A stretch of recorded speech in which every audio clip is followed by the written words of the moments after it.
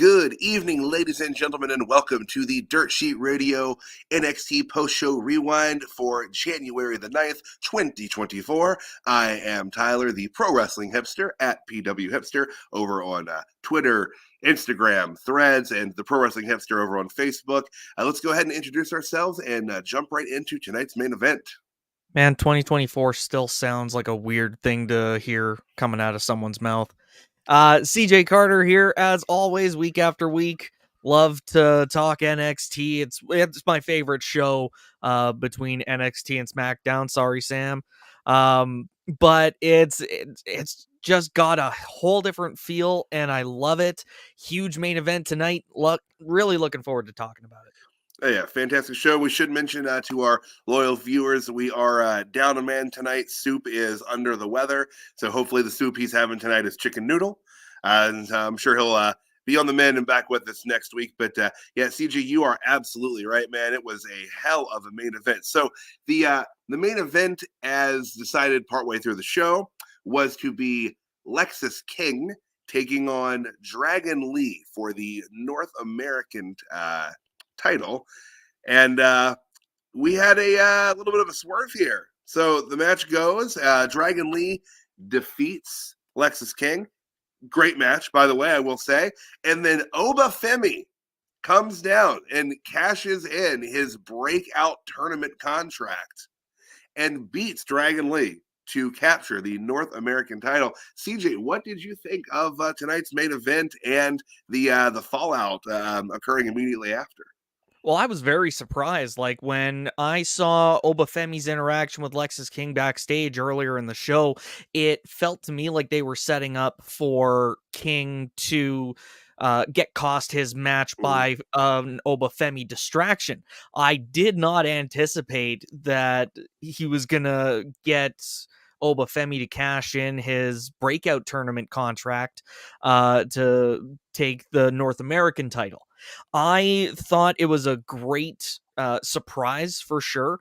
It feels like King really shot himself in the foot for kind of prodding at Femi backstage. Oh yeah, well you got your match, I got my match, and that's really I think what would have cost him in the long run. Like even if he had won the match, I feel like Femi still would have come out, cashed in, and taken the title anyways. So Right. Best case scenario, he's a former North American champion by the end of the night, or tonight, as we see, he lost and didn't get to hold the belt at all. Yeah.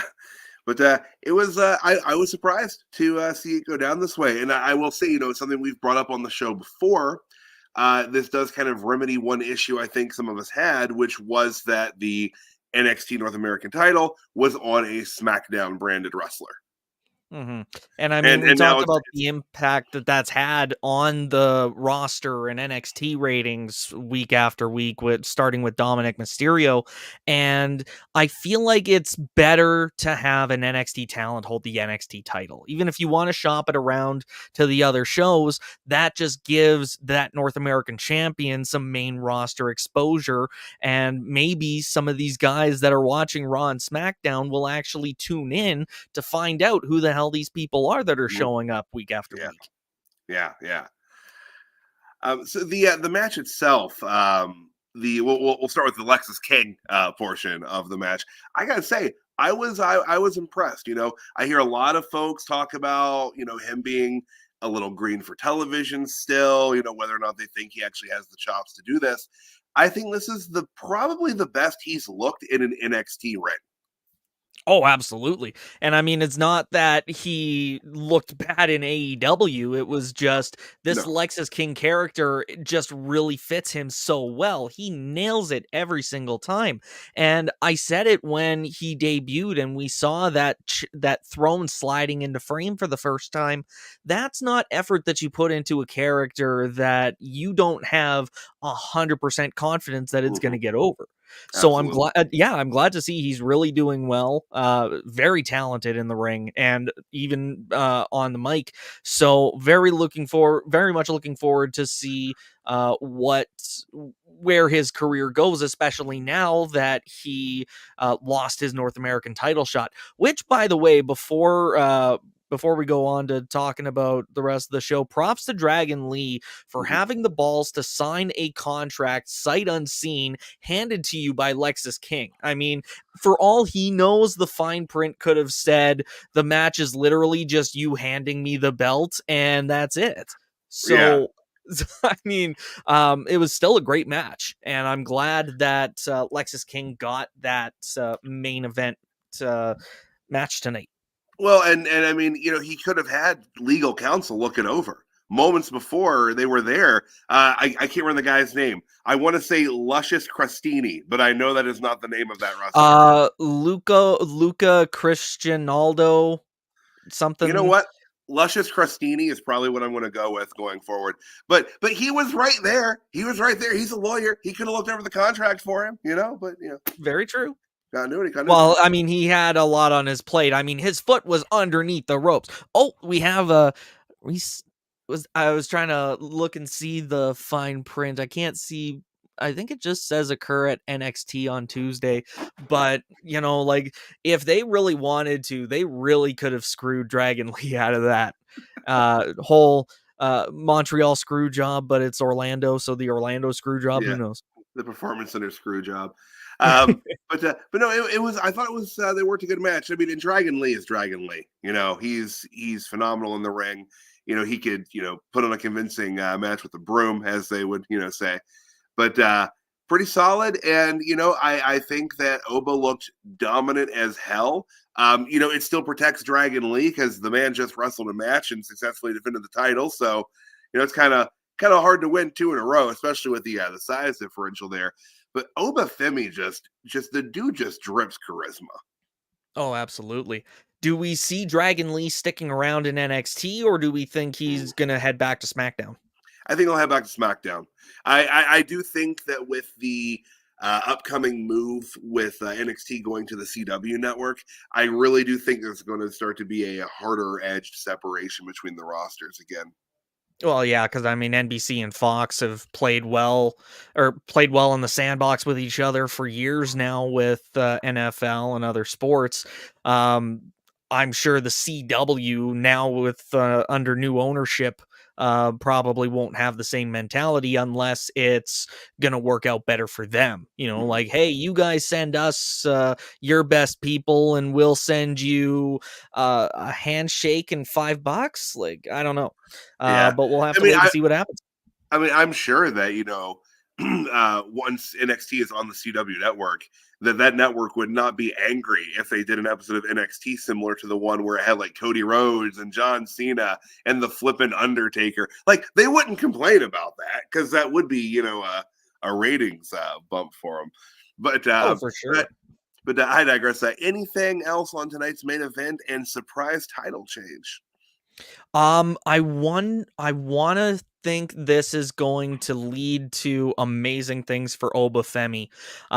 It feels a bit heelish for him to be cashing in his opportunity in this sort of Money in the Bank manner. Which they were kind of teasing it with Lola Vice the week before, I think, too. But for him to cash it in on Dragon Lee, specifically, I don't know if that was just unfortunate timing as far as who the champion is, but I hope they stick with Femi as a face. He got a great reaction from the crowd, and I think that it would be better for him to stick with that character and ride it out for as long as you can until you find out the hard way that Oba Femi as a heel doesn't work right now. Right. And as far as length of title reign, do you think they, keep the strap on him for a while? I don't see why not. I mean, unless he fails dramatically, which if they did, if they thought he was going to, I doubt they'd have put the strap on him this early in the first place. That's true. And I mean, and he looked great in the breakout tournament, and he is really good on the mic. Well, and I said it on the night of the finals. Like, they managed to get me invested in the finals of a tournament filled with no names. So if Obafemi comes out and he makes this big splash, hey, guess what? I'm the North American champion 2 weeks after I won the breakout tournament. That Mhm. is a huge deal. Yeah. And if they have this much faith in him to carry that on, then better not let them down. Yeah, absolutely. All right. So we will loop around to the front of the show here. So I just by happenstance had USA Network on in the background before the show started, about 15 minutes before it started. I think Chicago Fire was on. I think that's what it was. Sorry, USA. I don't watch it. But they did a live break in similar to what they would do before Raw or SmackDown. But instead of like showing the crowd like with signs and like being hype and whatnot, it it was Nikita Lyons and Blair Davenport fighting in the parking lot, which Well, which they did show at the top of the show as it started. But yeah, but it was a little live cut in, which I thought was kind of cool that they did that. I didn't know that's something that NXT did. Usually, I don't have the show on until like right at 8 o'clock.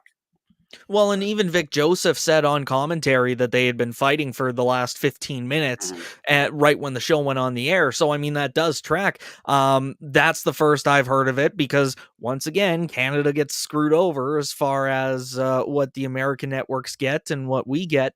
Um, but I thought it was a great opening match. Mhm. I watched season 2 of Shoresy. If you have Hulu and you have the chance to watch it, I highly recommend it. It is a a really hard to describe show, but anyways, one of the phrases I haven't from I haven't watched any Shorzy, and I'm actually I think an entire season behind on Letterkenny at this point. oh, you know what? I could go on a rant about season 12, but maybe when we're offline. Um, but I mean, season 2 of Shoresy, there's a line in there that kind of gets drilled in, it's set the fucking tone, like you hit them hard, hit them early, Mhm. set the tone for the rest of the game.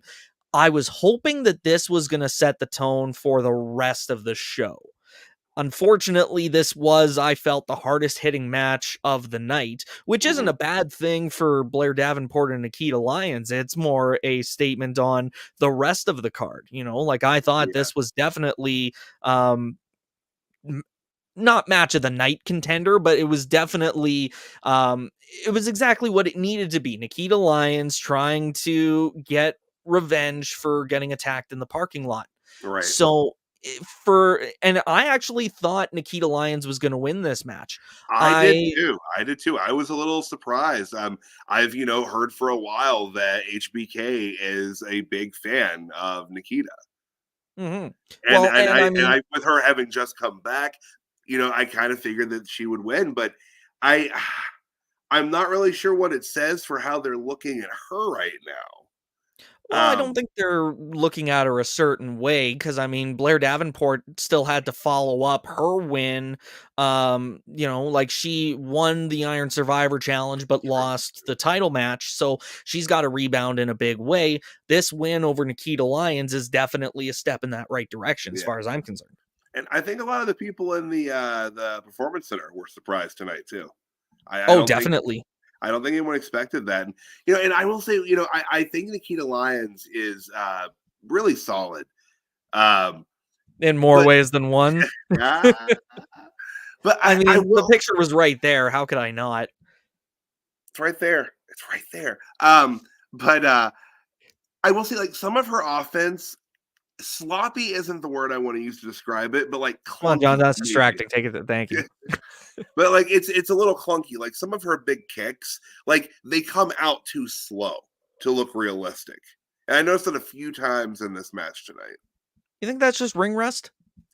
Maybe she has been out for a while. And I was this her first singles match or I her think it second might have singles been match first tonight? singles because she did have the Okay, tag team match. But I think this was only about her second or third match back total. yeah. Sorry, I got one of the cats. This is Ziggy. Nothing to apologize for, Oh, Ziggy. yeah, Enjoy the rest of your night. yep. As long as she and Zelda don't start fighting somewhere over there, but no, it was a good match, great tone setter. I've noticed that Shawn Michaels really seems to like to use the brawl and come through the entrance ramp brawling. Mm-hmm. Like Well, and it's I've noticed every that. couple of weeks we get one of these. Yeah, like it's good. Like I don't mind it. No. I've just noticed he does this a lot. Oh yeah. I was actually just thinking earlier today about the time I could have met Shawn Michaels. I was living in northern Manitoba at the time, and I had just moved to the West Coast like 2 months before. And then I see this post on the Facebook page of the one of the guys that worked at the television station that Shawn Michaels had been seen in the Thompson Walmart taking photos with fans, and I had to get a second job while I was living up there at that same Walmart. So there was a very good chance that if I'd have just stuck around 2-3 more months, I could have met Shawn Michaels. Uh, that's Yeah. wild. It is. But he definitely he knows how to book. Like I've noticed over the last few weeks, like I love these stories more than a lot of what I see on Raw and SmackDown. And the testament to the fact that NXT is still seen as a developmental brand, but they're producing week after week. I have a earth-shattering announcement to make. When the time comes, I will let you know. But it's related to the quality of the NXT product, so I'm hyping it now, but it'll come later in the show. Okay, all right. That's hey, we got some foreshadowing and a hook there. You got to keep them coming back after the commercial break. Not that we have Exactly. commercial breaks, but all Thank right. you, Eduardo. Great show. Absolutely. Eduardo, hey man, from the Raw Rewind show. I caught the last 2 minutes of the Raw Rewind last night because my job on Monday nights, I don't get back home till 9:15, 9:30 in and around there. So I'm catching up on Raw so I don't have to stay up until 2 in the morning watching 3 hours of wrestling. So Right. unfortunately, to remain spoiler free, I don't typically tune in Mondays, but I caught the mega stars of the night at least. Right on, right on. But plodding on through the show here, they had a quick little video package for the Dusty Classic, which was narrated by Cody Rhodes, which makes complete sense. I wasn't shocked by that. There we go. Yeah, so we've got the bracket up there. We've got Braun Breaker and Baron Corbin, or as I like to call them, Team Corbin. Huh? Corbin and Gallus, Hank and Tank taking on Axiom and Nathan Frazer, and both of those matches occurred tonight. And then coming up, I believe next week we'll have Chase U and the LWO, and then Shrick and Hayes, and we'll talk about them being in the tournament here in a bit as well. So we had the first match in the tournament tonight, and Braun Breaker and Baron Corbin, or again Corbin, defeated Gallus. I gotta say, I found myself enjoying Baron Corbin segments this evening. You want to know something? I forgot this match was so early in the card. I hyped up my big announcement. Here it is. Turning Breaker and Corbin face in an odd couple tag team is probably the most interesting thing that they've ever done with Baron Corbin. So knowing what I've said about Baron Corbin in the past and what, just the Corbin jobber of the night, like I'm willing to come into this with an open mind. It's a new presentation. I was also very entertained, especially the finish. You get the hint of dissension among the team with Corbin tagging himself in, and then it ends up working out together it ends up working out in the end. Corbin ends up coming out as some strategic genius, and we see an instance of Corbin actually doing what he said he wanted to do and shape this next generation of NXT stars. So I finally have a reason to get invested in Baron Corbin. It is a 2024 miracle. Yeah, it's who's that was not on my bingo card for this No, year, especially to not occur at so all. quickly. But yeah, I mean, I was very entertained by the little brief backstage bit they had where they were kind of jockeying for a position as to who was going to be walking out front.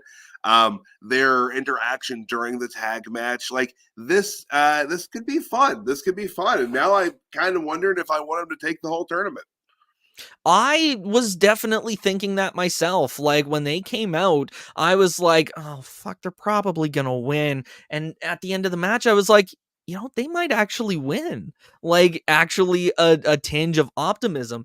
And I as much as we've talked about in the past about how strong the NXT women's division is, their tag team division is nothing to shake a stick at either. And I love that the Dusty Rhodes Classic gets to prove this year Mhm. after year. So if they are contributing something that's actually entertaining to an already stacked division, then there you go. Everyone Yeah. is all the better for it.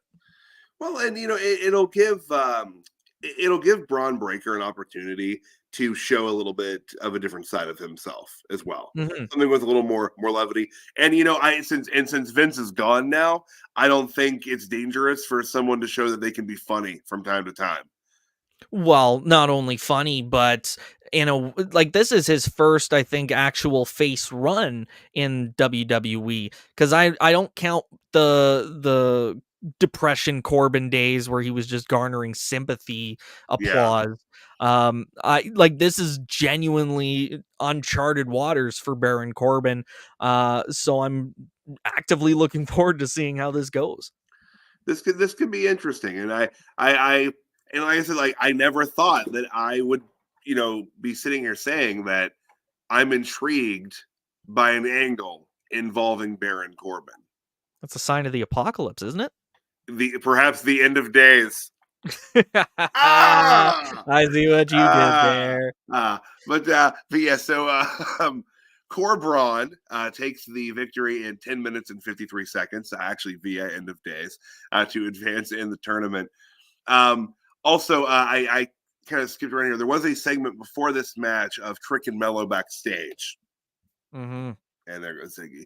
Trick and Mello backstage, talking about how they didn't know how long Dragunov was going to be out, so he's not sure when his match is going to happen with him. And then Mello says that he got them the last slot in the Dusty Classic, and Trick didn't look too excited about it. Well, and it definitely felt like Trick is starting to get wise to this uh sort of not trying to think of the phrase that I want to use.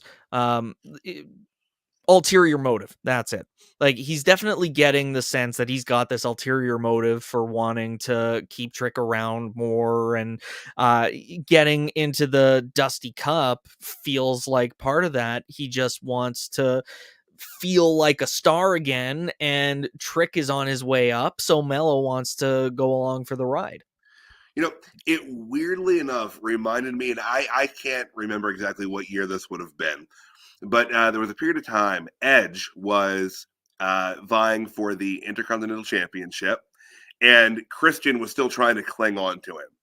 And they kind of played it in a similar way. Like Christian was trying to kind of hold Edge back with him. And I remember because in that episode, I think it was a SmackDown, he got them a tag title match. And he's like, hey, if we win, we'll be 8-time tag champs. And he's like, yeah, but I'm, trying to do this IC thing. But so it reminded me a lot of that. Oh, definitely. And Which I that's high praise for Trick and Mel, I will say. If you do a mhm. segment that reminds me of something from the Attitude Era with Edge and Christian, good on you. Good on you. Oh, Like that's exactly. I I'm still thinking this is going to wrap up around Vengeance Day. mhm. Everything's going to come to a head and it'll build for Stand and Deliver, but what are your thoughts? Yeah, I agree. I mean, I've thought that the reveal of Mello having been the one to assault Trick, every week I think it's going to happen. I thought it was going to happen last week for sure. Well, And and what was last week? Oh yeah, it was New Year's New Evil Year's show. Evil. So yeah, like him coming down the ramp, I thought that was definitely going to cost him his title shot, and blow the whole game wide open kind of thing. Yeah. Also, and this didn't really occur to me until far after last week's show, but I don't think we ever brought up, and this was a very rare occurrence of them doing this, but they advertised a match that they had no intent of putting on with Dragunov and Trick. Like they had to have known going into that they weren't going to do that as the main event. Well, and that is very possible, not wanting to pull the trigger on the Ilya versus Trick one-on-one title match too early. But I think that would have also been a good enough launching point for heading into Vengeance Day and Stand and Deliver. I think they could have padded that out a little bit, and still keep Ilya in the story and not have to involve Ridge Holland for some reason, which Yeah. who we'll talk about later on in the show as well. But like it it feels like they're padding right now instead of uh, going with a longer term plan. But if they do decide next week that they're gonna finally point the finger at Mello, then Well, and that just gets us there sooner too. we've assumed for a while that Mello is main roster bound. I think they had his kind of like little show and tell on SmackDown recently with the U.S. title tournament, but I think he'll be on the main roster after Mania, so they're probably trying to stretch it out till then so they can keep the story going. But it does feel like it's gone a little longer than it probably has needed to. Which is probably why they brought Ridge Holland into it in the first place, just to give them a reason to bump back the Ilya Trick match. Yeah. All right. So anything else on the Braun Breaker Corbin Team Corbin match? You are really trying to hammer that home. Make it stick, eh? It's hashtag. It's going to be trending. Not not worldwide, but like maybe like in like the county area that I'm in. I was hoping Joe Gacy was gonna show up to fuck with Joe Coffey some more. Yeah, I was too.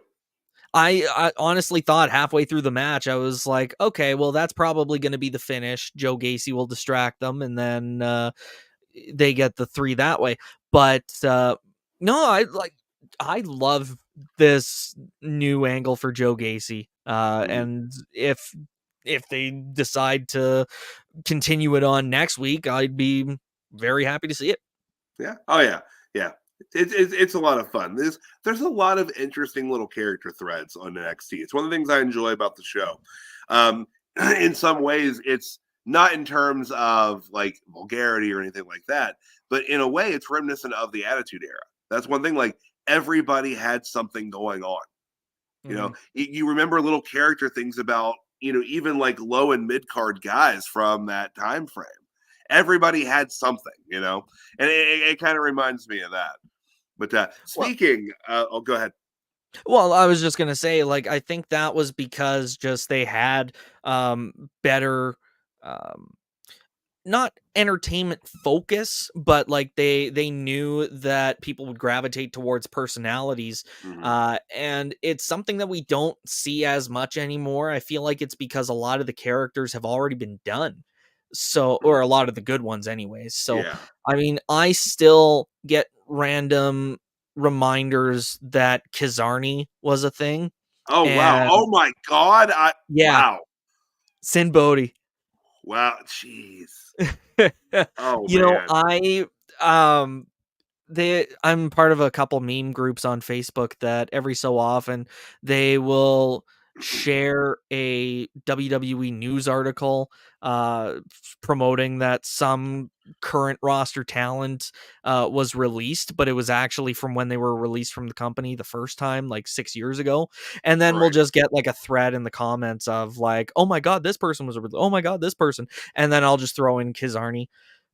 Kazarni. Oh wow, I forgot about Kazarni. Because he was there for like 2 matches. Yeah, yeah.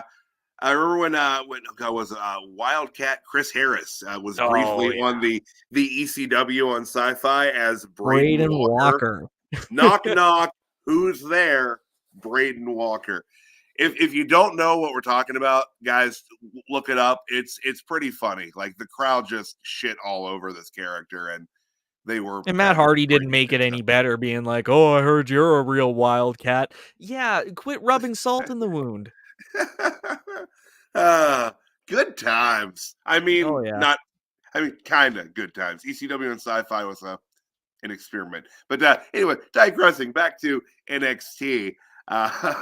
We let's just tackle these kind of as one thing. We had our first vignette at this point of Tiffany Stratton having to be a ranch hand for a day. They split this up into, I want to say, 4 vignettes tonight. It was 3. Okay. Yeah. And it touched on pretty much everything you thought it was going to do. She showed up inappropriately dressed. She kept rolling her ankles and her heels. She had to clean up, horse crap. It was entertaining. I'm not gonna lie. It was well Why was she acted. like specifically Cheeto orange though? Like I noticed that right off the start. Like she was definitely a much darker shade of orange. That's called the throughout. Performance Center tan. Yeah, Oh, is My that bro- what it is? it's winter. It felt like it was Bronzer. like above Very and beyond though. And I mean, like, I don't want to look at horse shit close up on my wrestling shows. So this felt weird, like it felt like it was not as entertaining as I thought it was going to be. Now it was still funny, like I still got my chuckles, but I feel like this is going to wind up the female team equivalent of Braun Breaker and Baron Corbin. They're going to wind up this odd couple tag team in the female Dusty Cup and go on a run themselves. I mean, Fallon's got to do something. Yeah, I guess she's kind of in the same boat that Braun or Mello's in, where right now you're kind of just biding your time until you get the call up to the main roster. Mm-hmm. So, and I think Fallon Henley is largely in the same sort of space as Tiffany Stratton of you have a clearly defined character that is over with the crowd. You are minutes away from getting a call up. So even if they decide to push them as a tag team to the main roster, I think it'd be a little weird, but I think it would definitely have potential. Oh, absolutely, absolutely. I think they could have a fun mix of characters there, and we've said this a couple times on the show. I think Fallon Henley is going to have a phenomenal 2024. Absolutely. Like she's got nothing but upside. Like I think she looks better every single week that she's in the ring. She's her acting skills are pretty decent. Like I mean, there's always going to be a little bit of wink and a nod and a bit of a hokiness to any sort of like vignette in wrestling. It's just how it is. Like, especially like with NXT, because man, they love like 15 camera shots. You know what I mean? The ghost of Kevin Dunn is pleased. Yes, yeah. God. Sorry, well, to clarify, Kevin Dunn's career, the man is still alive. Yeah, yes. Kevin Dunn is very much still alive. Enjoying retirement. His career is done. Exactly. But yeah, that is just kind of a little bit of a leftover. But I don't know how much his hands would have really been on that product when he was still in the company. But they probably had to standardize some things. But yeah, it was a lot of camera angles, which it's fine. It's a vignette. It's just at that point, they did like 5 or 10 takes of every scene and all that sort of thing. We don't think about these things. It's wrestling. No, exactly. And I mean, it's like I said, it was entertaining, just not as entertaining as I either thought or hoped it was going to be. I thought we were going to go to a more Green Acres kind of like comedy style.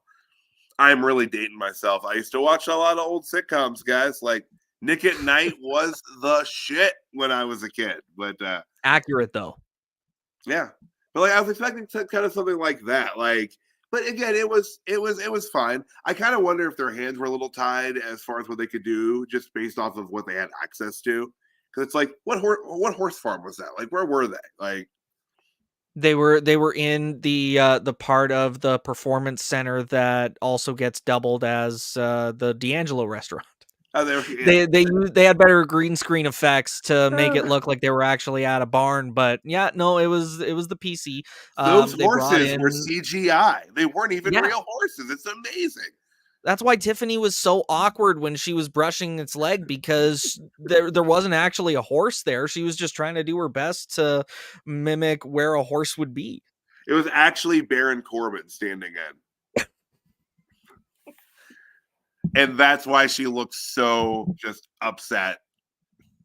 How dare you? How dare you? We've finally come around on Corbin, and you still take me down with a fucking, oh yeah, no, that was Corbin. Fuck you, man. Hey, just because, I'm excited for an Anglers in doesn't mean I'm still not going to, slam some jokes his direction. He's still the jobber of the night in our hearts. Yeah, exactly. Every week. But we had Lyra Valkyria make her way to the ring for a in-ring talk segment. She was making the announcement that to determine her number one contender next week, they will be having a 20-woman battle royal. But when it gets down to the final four, it becomes a fatal four-way, which I'm cool with that. And that's I kind of prefer that to just straight up doing a battle royal, especially with the Royal Rumble being, in a couple of weeks. Yeah, and I mean, if it's not going to really be filled with many women that I think would be getting called up for the actual Royal Rumble, there are some options there that I think are strong contenders. Definitely Cora Jade, Roxanne Perez was last year, so I think they wouldn't. I don't think they'd give it to her 2 years in a row. But even Gigi Dolan, I think maybe. But as far as the rest of the field goes, the rest are fairly green and don't have as much star power. Fallon Henley, though, yes. Almost missed her. I don't know how. But I'd say, those four in the front row probably stand the best chance of getting called up. But either way, you're still getting significant experience and exposure being in a number one contender battle royal, even if it's on an episode of NXT. They were very quickly interrupted by Lola Vice and Elektra Lopez. Came out, brought up that, as last week, Lola attempted to cash in her breakout tournament contract unsuccessfully, as Tatum Paxley jumped her and stopped that. It's sorry. The quote in there, You guys did not have to pause and read that quote. It was just gonna sit there. It was distracting. You got to let the graphics be graphics. I paused because he paused. I was like, okay, because my internet isn't like the greatest for streaming. So I was like, did my internet just glitch out? Like, why is Tyler not talking? I was gonna lay the quote over while you guys were talking, and it was gonna look like this. But we fucked it all up. So to peel back the curtain, we're just revealing we're total amateurs. Oh no! Hey, Vince McMahon himself said, "If it's live, nothing can go wrong." Very true. Or everything could go wrong. Like if I dropped an N-bomb right now, that would just be it. Like there's no coming back from that. That would be horrendous. That would not be good at all. But yes, definitely not.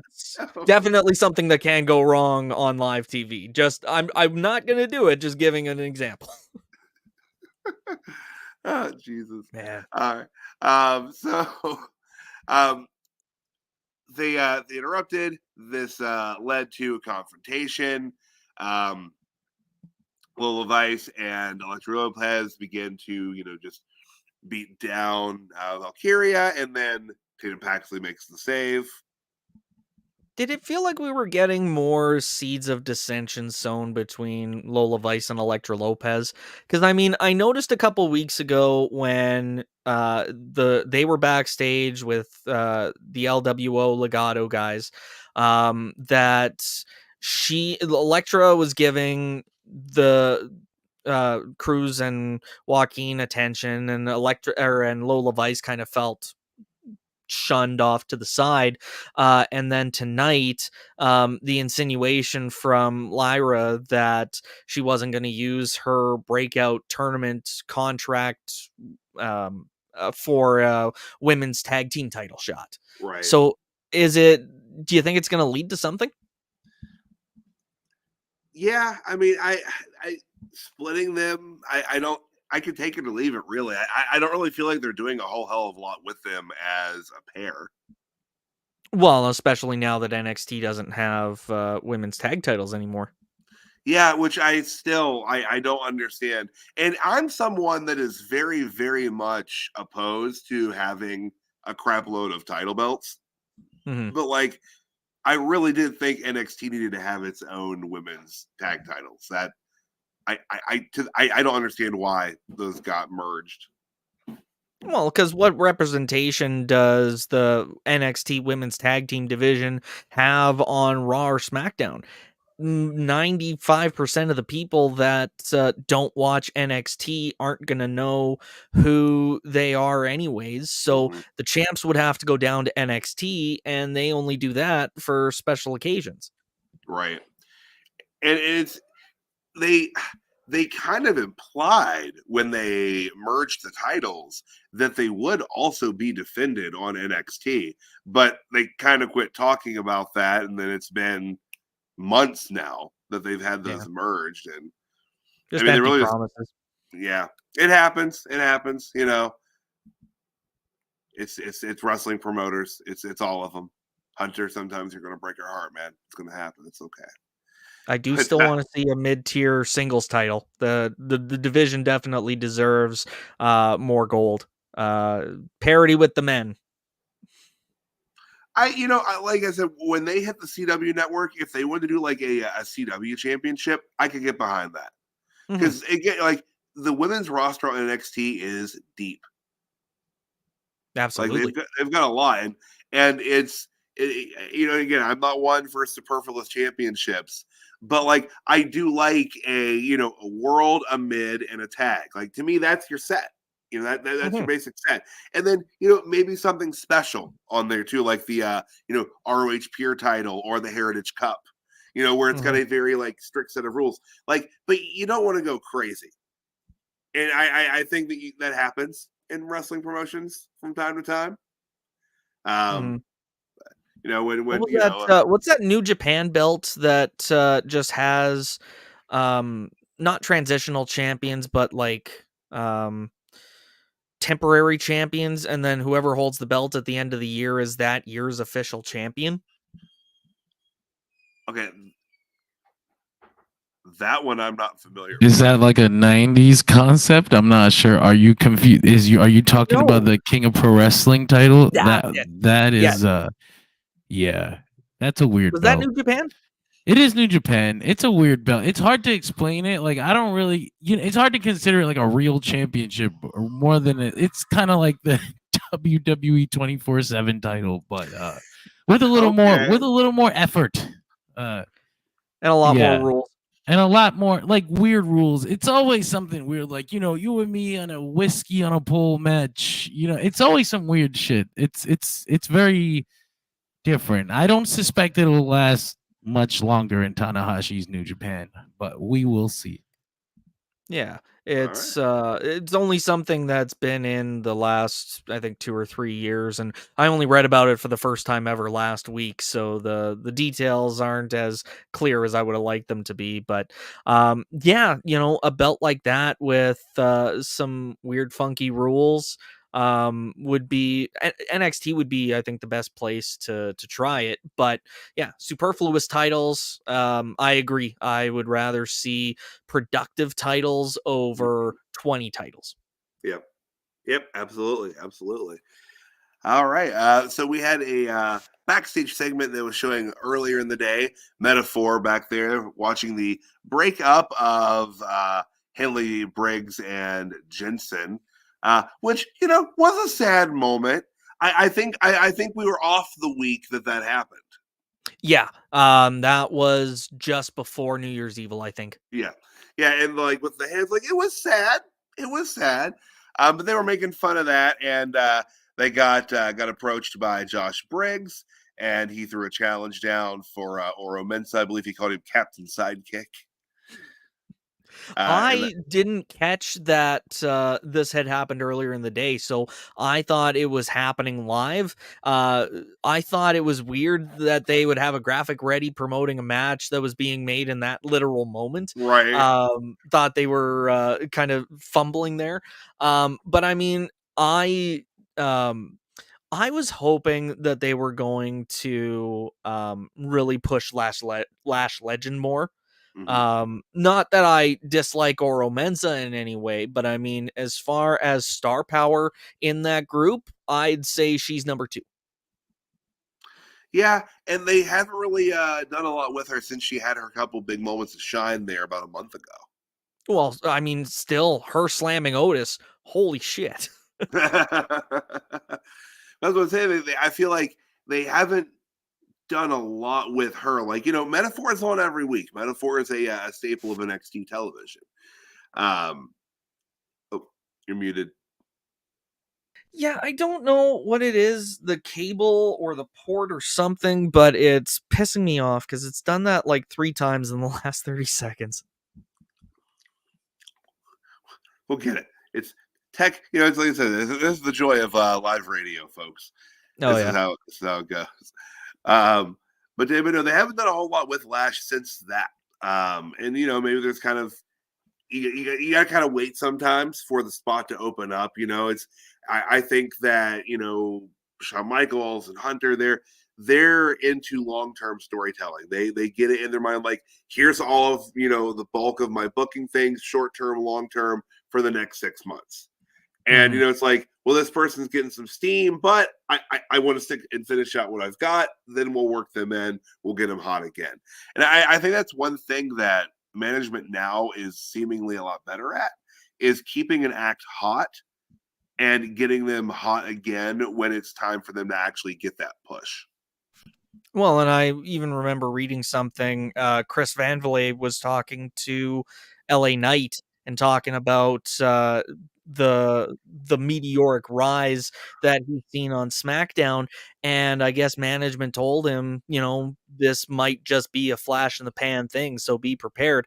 I get that mentality and not wanting to push Lash Legend if you've got other plans, but at the same time, she has that momentum, and you don't want to waste that opportunity, because who knows if and it very well could be that it was just a flash in the pan and she's not going to get that same momentum.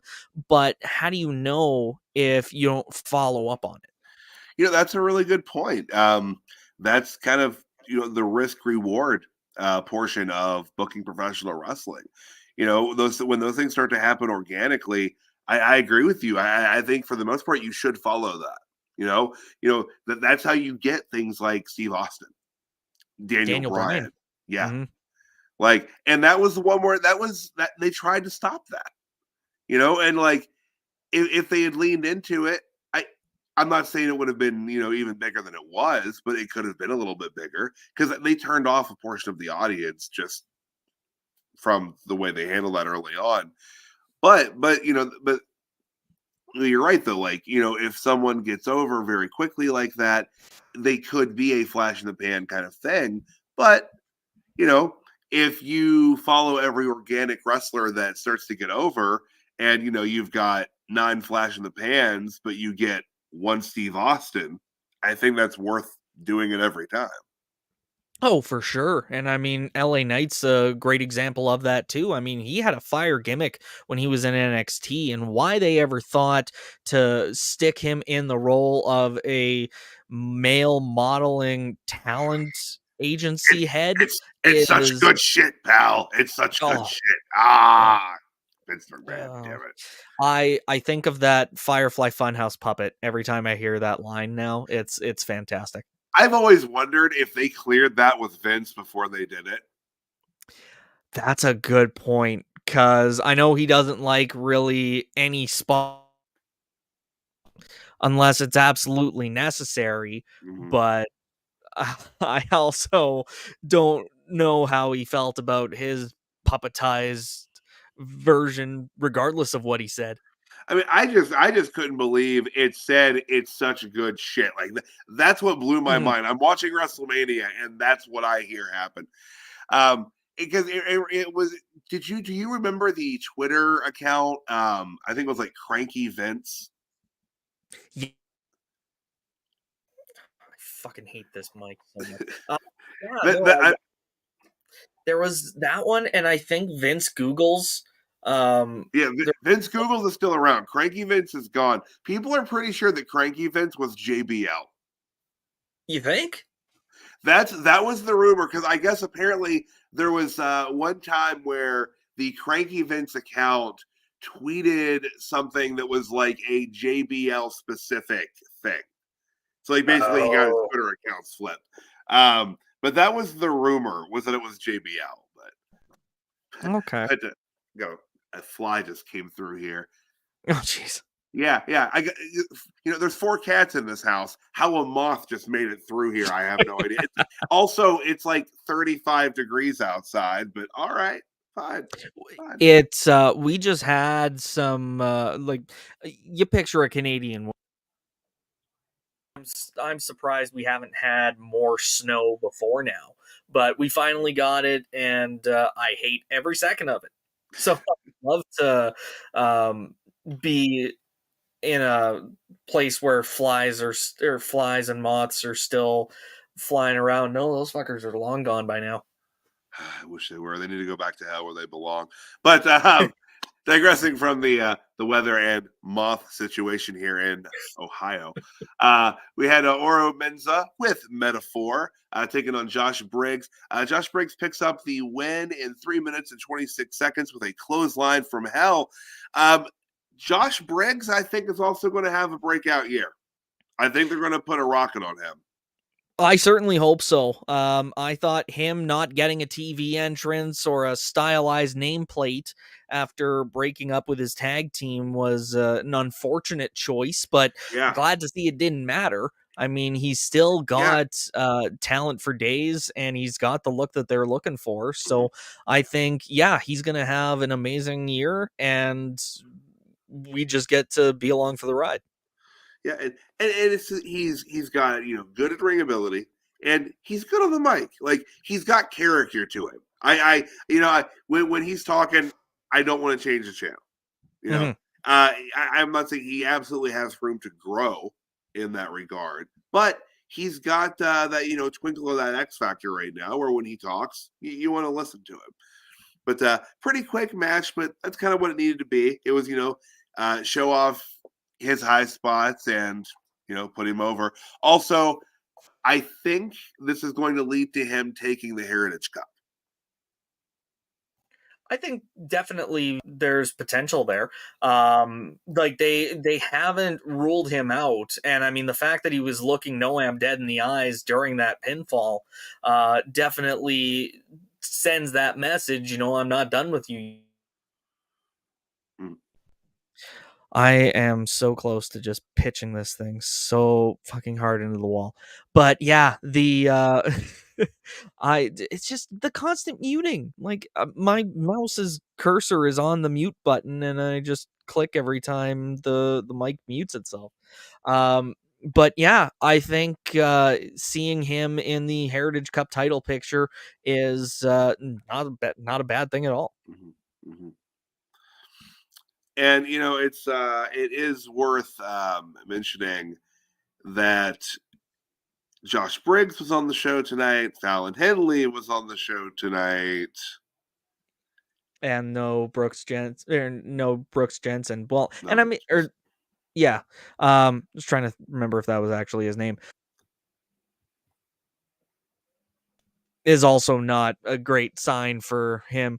no. I mean, I feel like that's where they're going though. Like that was what they were setting up.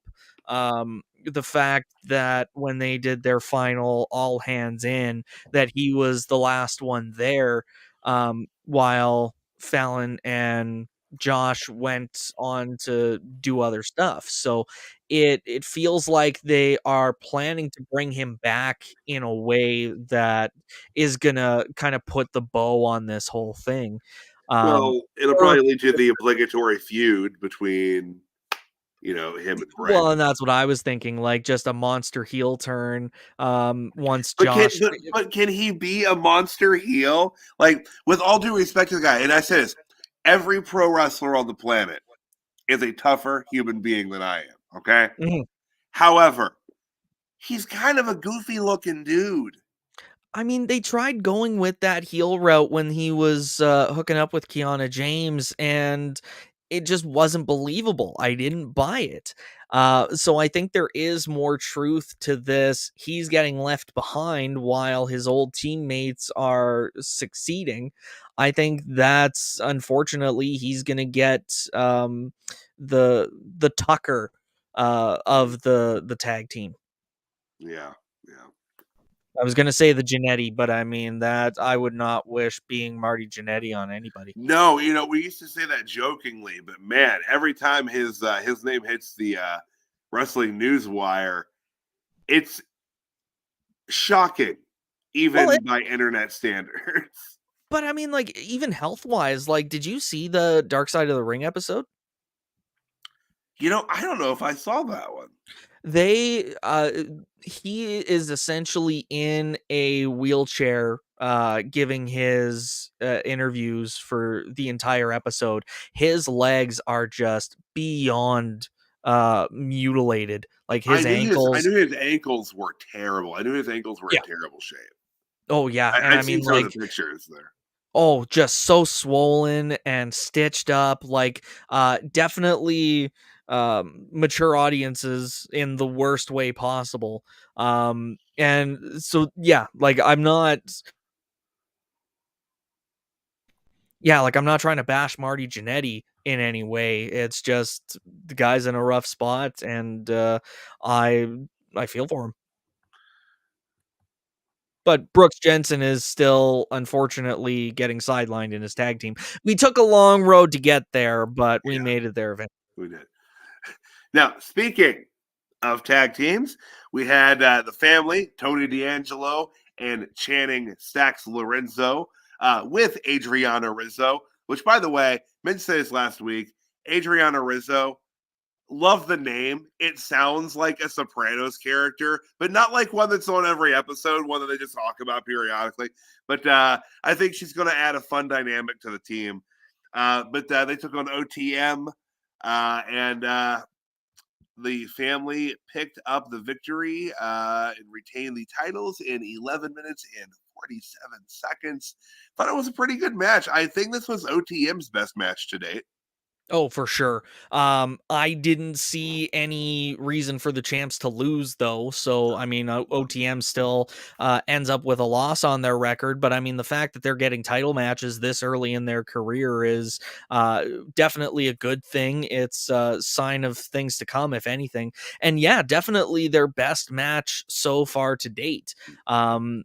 I don't know if, and feel free to disagree with me on this, but I don't know that Scripps is adding anything good to their team. You know, like when they were cutting their pre-recorded promos on the D'Angelo family, I think last week or 2 weeks ago, he was the weakest on the mic of the three. Like they reminded me a lot of the Briscoes, just in the style of it, just because their promo style was specify. something. Do you mean like hashtag dim boys Briscoes? Yes. Okay, Yes, those Briscoes. so not Gerald Briscoe and No. okay. Sorry. No, just for clarification. Yeah. no, definitely dem boys. And I was kind of struggling to find the words, but if my they both teams have unique promo delivery styles. You know, like they set themselves apart just by being themselves.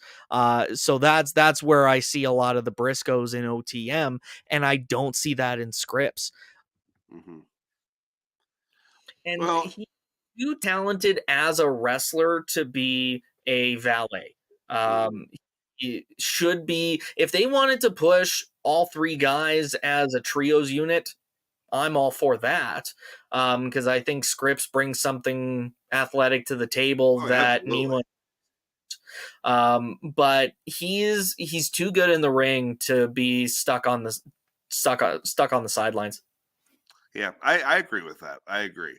And he is entertaining to see, you know, kind of running around the ring. But you're right. He needs to be in a in ring capacity. I mean, he's a small dude, and like, but I feel like with Shawn Michaels booking you, that wouldn't be an issue. No, I don't see that being an issue either. But also, I think I'm gonna get a new mic for. Yep, I'm done talking because I'm just gonna start swearing more than I already do. The match itself, I thought was good. One thing I really do like about the family, and I say this a lot about tag team wrestling when I see it, is I love tandem tag team moves. Huge fan of that. Huge fan of it. And they've got a ton. I mean, a lot of them are, you know, stacks getting thrown around, more or less. But they've got a bunch of tandem moves, and I like that. It's kind of the same thing with you know, Caden Carter, or I always mess their names Caden up. Carter, Katana Chance. And it's the same thing with them. Like they have a ton of tandem moves, and I'm wondering if there's a correlation to being an NXT grown tag team and having Shawn Michaels book you and having a bunch of tandem moves. Because Shawn Michaels and Marty Jannetty, speaking of Marty again, the Rockers loved them some tandem moves. Like that was half their set was tandem stuff.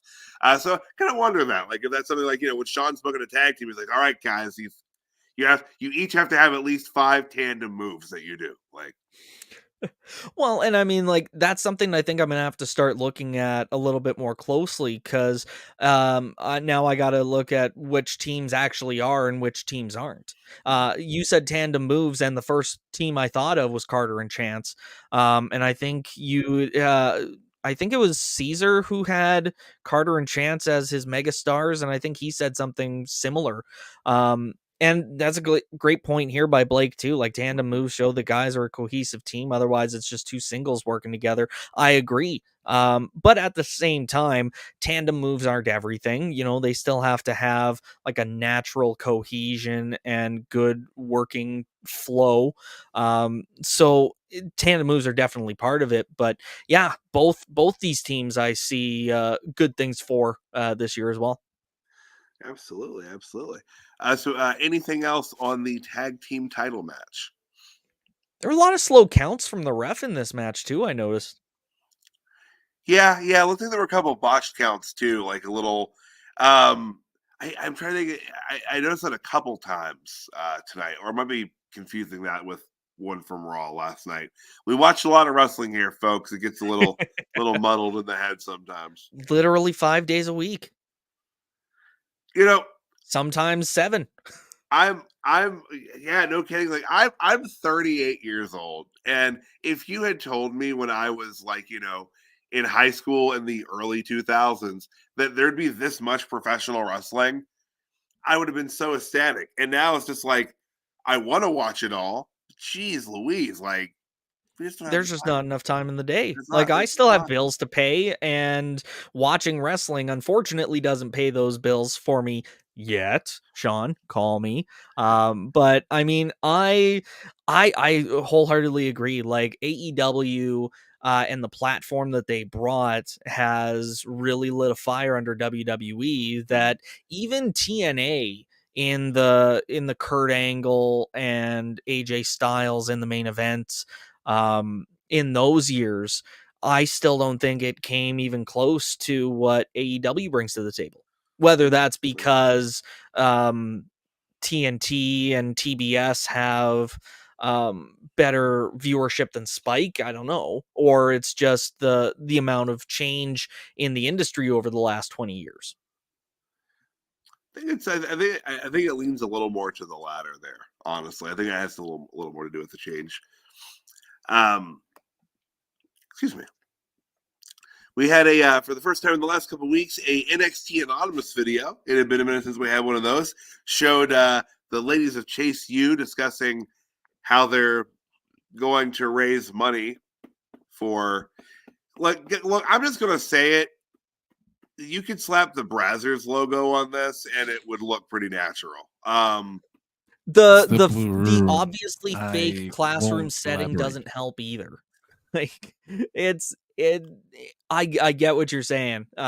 Definitely I also didn't have JC Jane setting or saving Chase U on my 2023, 2024, 2025, ever bingo card. The way they've presented JC Jane up until she actually started caring about Chase U Right. never led me to believe that she would actually care about Chase U. So the fact that she's going to be the bankrupt savior. college's or bankrupt university's financial savior is it reinvigorates the story for me. Yeah, and it was nice to have a Chase U segment and not have to listen to Andre Chase. He probably still looks like shit. He looks like shit right now. Like everywhere he goes. I hope he really lives the gimmick. Like I hope he's at the grocery store and just looks like just half popped collar, shirt untucked at the bottom. Yeah, just disheveled, just a ham in the cart. I don't know why a ham. All right, so moving on. He's hamming it up. Yeah, boom. This is why folks watch. This is why. So moving on to our fifth match of the evening, we had Cora Jade taking on Gigi Dolan. Cora picked up the win in 4 minutes and 5 seconds. Pretty much what I expected to happen there. Cora just came back, so I don't look for her to lose a whole hell of a lot in the near future. Mm-hmm. And unfortunately, it happened on the shoulders of Gigi Dolan. Like both these women are talented, but Gigi, when they had the toxic attraction split, I really thought she was going to get the rocket strapped to her back, and I'm still a bit disappointed that it hasn't happened. But when we talk about how strong their roster is, I think she is going to find her place eventually. It just hasn't happened yet. Yeah. Like I said, I think they've got some plans in mind for certain wrestlers, and they intend to see those through, and then they'll slot folks around. The match was fine, pretty quick. 4 minutes, not a whole lot of time for them to get going, but serviceable match. They both look good in there. Well, I mean, it makes sense that they didn't get a whole 5 minutes. We still had part 3 of the Tiffany Stratton Fallon Henley saga to get through, and that just has to take up a quarter of the show in itself. Yeah. I wonder how actually. I didn't think to take times on that. I wonder how much time of tonight's 2-hour broadcast, but then you got to take away commercials, unless it's a match. Because a match in the United States where we get the picture-in-picture. I can't believe you guys don't get the picture-in-picture in Canada. That is I still wild to me. seethe. Like, every time I think I'm not upset about it, you bring it up, and then I just get angry again. I'm sorry I bring it up. It's just it's bullshit. It's terrible. I don't know why they do that. It's licensing, I mean, and I understand none of it. but I mean, if the USA Twitter account is any indication, maybe they won't be doing picture-in-picture much longer either. Oh, geez. Yeah, wild things happening on Twitter today. Oh, that WWE on Fox account, so funny. Crazy things happening over there. I refuse to call it X. It's not X. It is All Twitter. Right. It is the Bird app. Hey, the Bird app. Tweet. Yeah, it's tweet. It's tweet. You don't X, you tweet. Anyway, we had a quick segment out in the parking lot with OTM, running into Miss Parker, I believe her name was. I actually don't remember this at all. I don't know if I just missed that at any point, so you're gonna have to fill me in what they talked about. So I mean, it was a pretty short little bit. All I really remember was something about like wanting to do business together. That's Jada Parker. I don't know if you recall, several months ago. She was in the breakout tournament, wasn't she? Yeah. She was the one when they trademarked her name. Everyone thought they were going to give that name to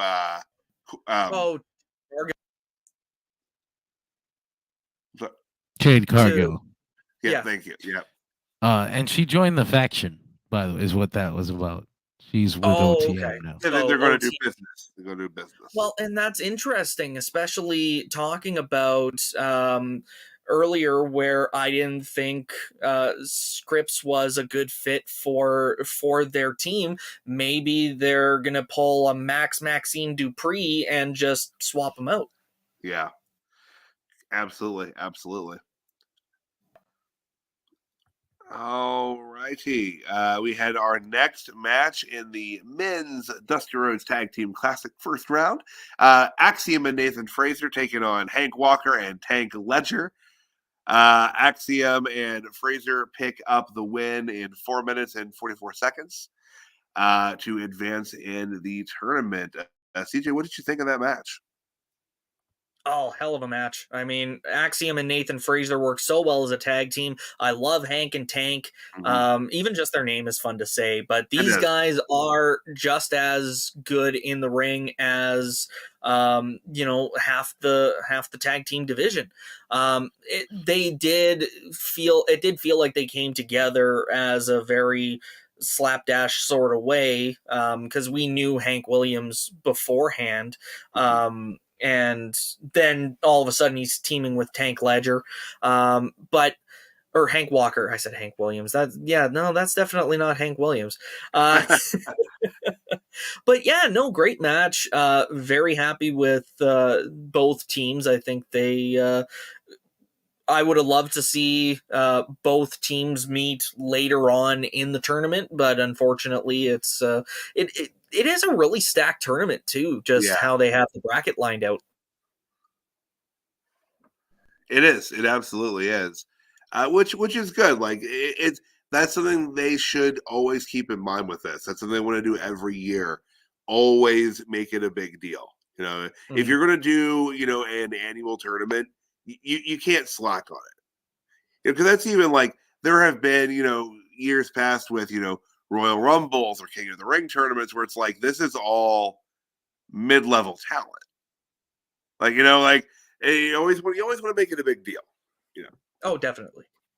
And I feel like even heading into the semifinal match, so now we've got Frazer and Axiom taking on Braun Breaker and Baron Corbin, which that still feels like a weird team to say is moving on to the semifinals. But I mean, they are setting up for another good match. If they wanted to do a very hard hitting match, I think they would have gone with Hank and Tank.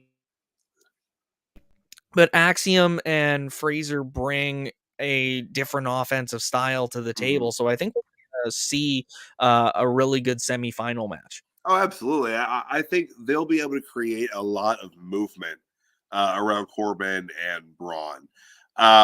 Not that, Braun especially isn't capable of, doing a lot of, quick movements in the ring, but they'll be able to sell their asses off too. Oh, absolutely. Like, come on. Axiom taking a spear from Braun, he's going to look like he's dead. Mm-hmm. Braun's got the t-shirt to prove it, and he's got the spear to prove it. That is the best spear in the business. It looks brutal. There's a lot of folks that have done spears, and I've just thought it never looked that great. Edge, I'm sorry, man. I always thought Edge's spear looked a little weak. It's a little bit out of. Oh, you're muted, man.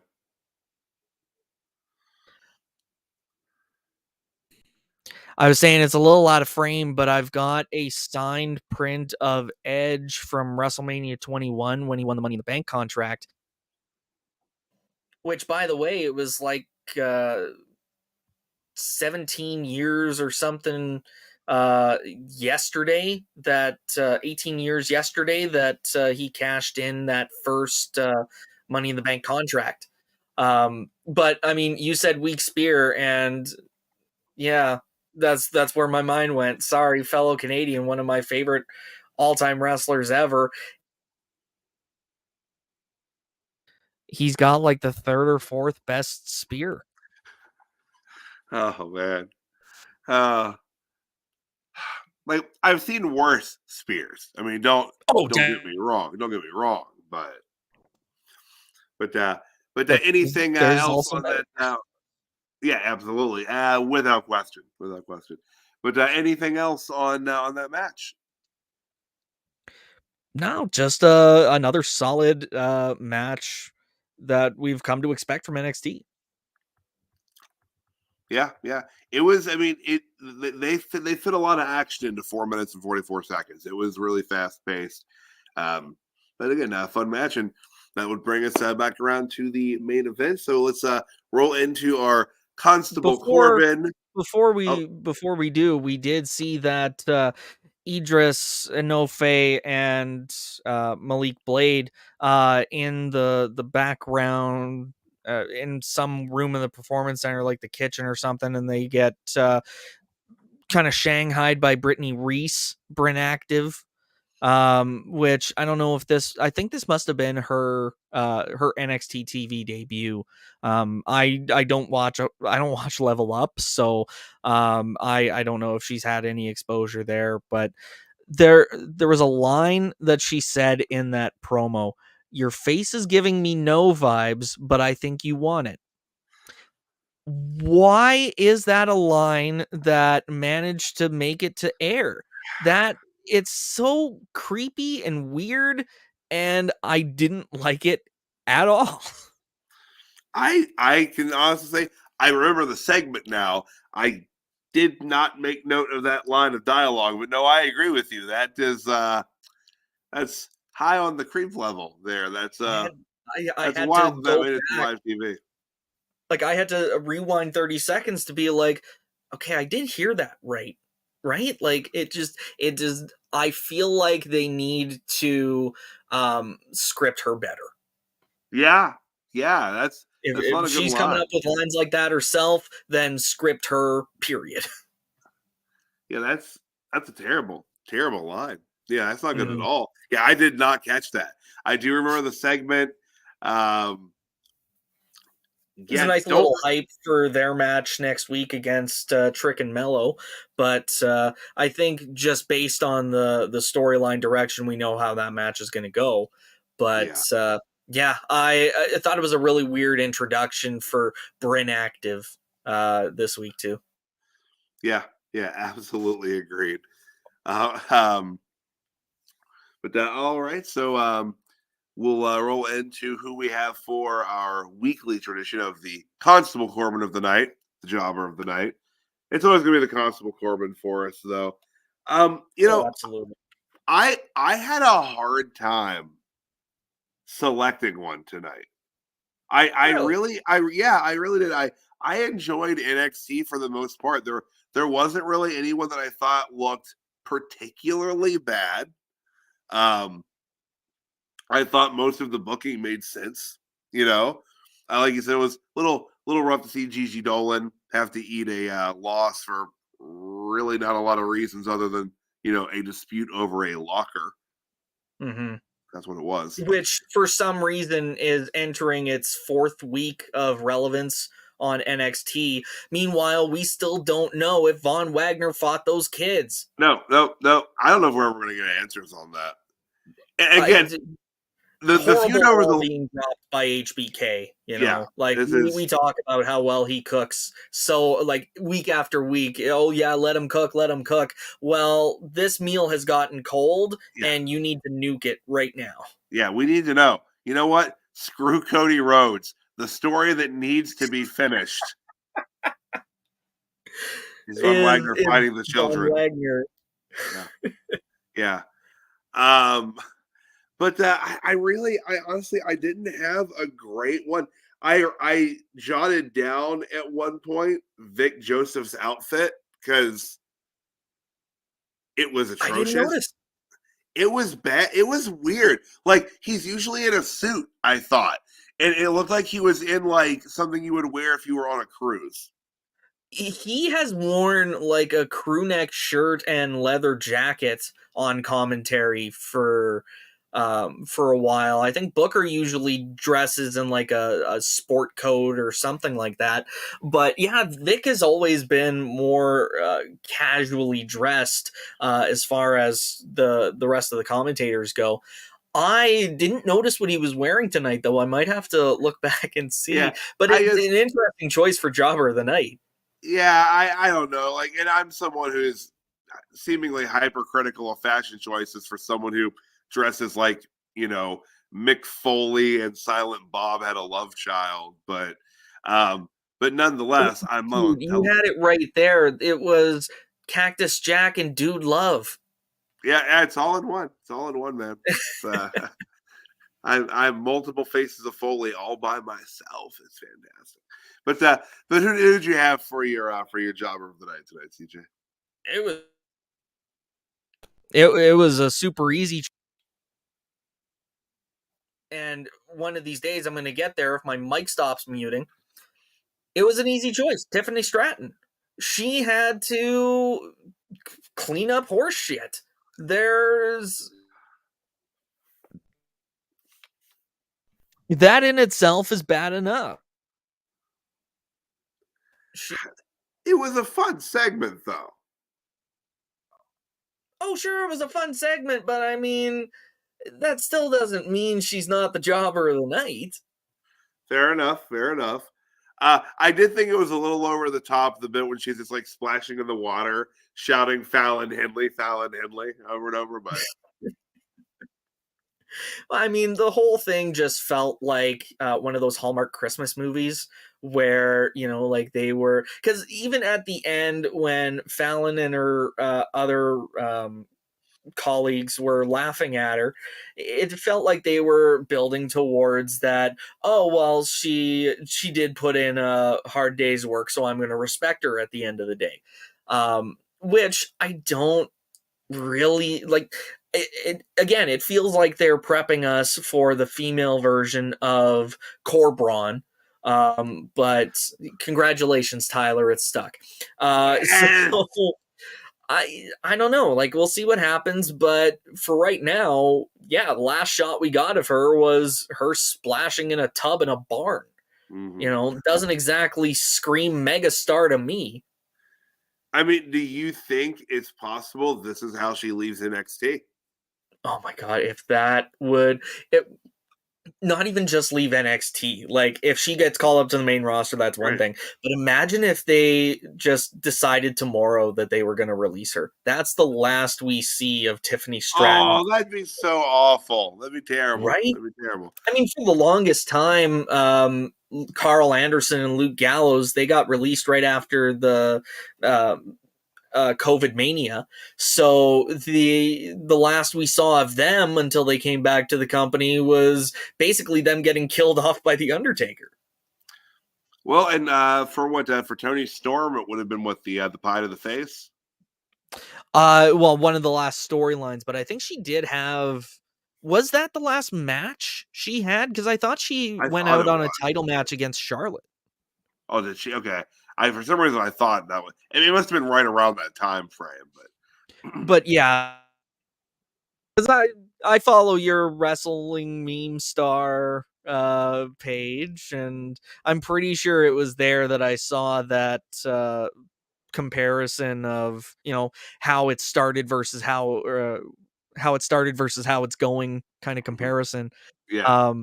Yeah, I definitely am happy for Tony Storm too. Her gimmick, the timeless Tony Storm. RJ City works well helping fuel that gimmick too. Mm-hmm. I don't know how much you watch AEW.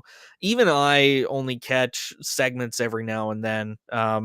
John probably wants to wring my neck for not giving AEW more of a chance, but I think she does well, and it really lends to what we were talking about earlier, just how much AEW has done to fuel the fire under WWE's ass and make the industry better. Oh yeah, absolutely, absolutely. It's a fun gimmick. She clearly has a good time doing it.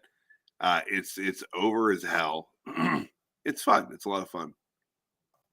Mm-hmm.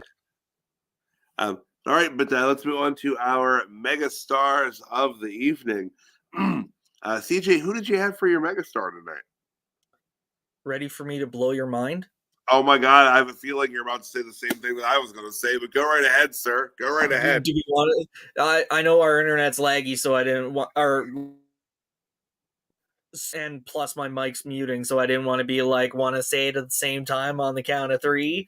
But yeah, very much I gotta give this one to Baron Corbin and Bron Breakker.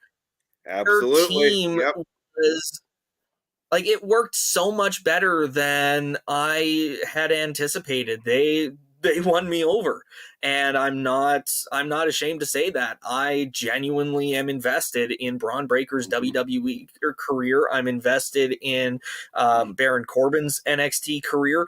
As weird as it feels for me to say that, I'm genuinely interested in seeing where this goes. So it's hard for me to say that anybody else looked as good to me as these guys do. Yep, I'm there with you 100%. Man, that's exactly, that was where I was going with it. Just to I guess interject another name into the mix, my runner-up would have been Oba Femi. Definitely, especially with how the show went on. Yeah, absolutely. If it wasn't Baron and Bron, it was going to be Oba Femi. Yeah, because the closing angle, that's the end shot. He's got a lot of upside, and hoping to see a nice dominant title run. Like you said, I think it could go for a while for him, barring something catastrophic. Knock on wood, cross our fingers, say our prayers, eat our vitamins, and hope for the best for Oba Femi. All right. So, did you have anything else on tonight's show? I think it's just another solid week for NXT. I mean it when I say they are genuinely putting on what, in my opinion, is the best overall consistent product as far as match quality and decent stories. Triple H can cook as well, but I think Shawn Michaels definitely earned his red seal a long time ago and continues to get some use out of it, which I had to kind of laugh because you've got your HBK shirt on, I've got my Triple H shirt on, so we definitely we know who the masterminds are in the kitchen. It's wild too to think that if you told me in 1997, 1998 that eventually who would basically be running the company was Triple H and Shawn Michaels, I just like, I mean, DX won. DX yeah. fucking won. Like The anti-establishment became the establishment. It reminds me of that. It was a promo between CM Punk and John Cena heading into that infamous Summer of Punk, where he said that he essentially became the dynasty from being an underdog. I think that's largely a similar story for Triple H and Shawn Michaels. You know, never would have guessed in the Attitude Era that the big decision makers would be the guys that went on live television and did the most outrageous barbaric shit.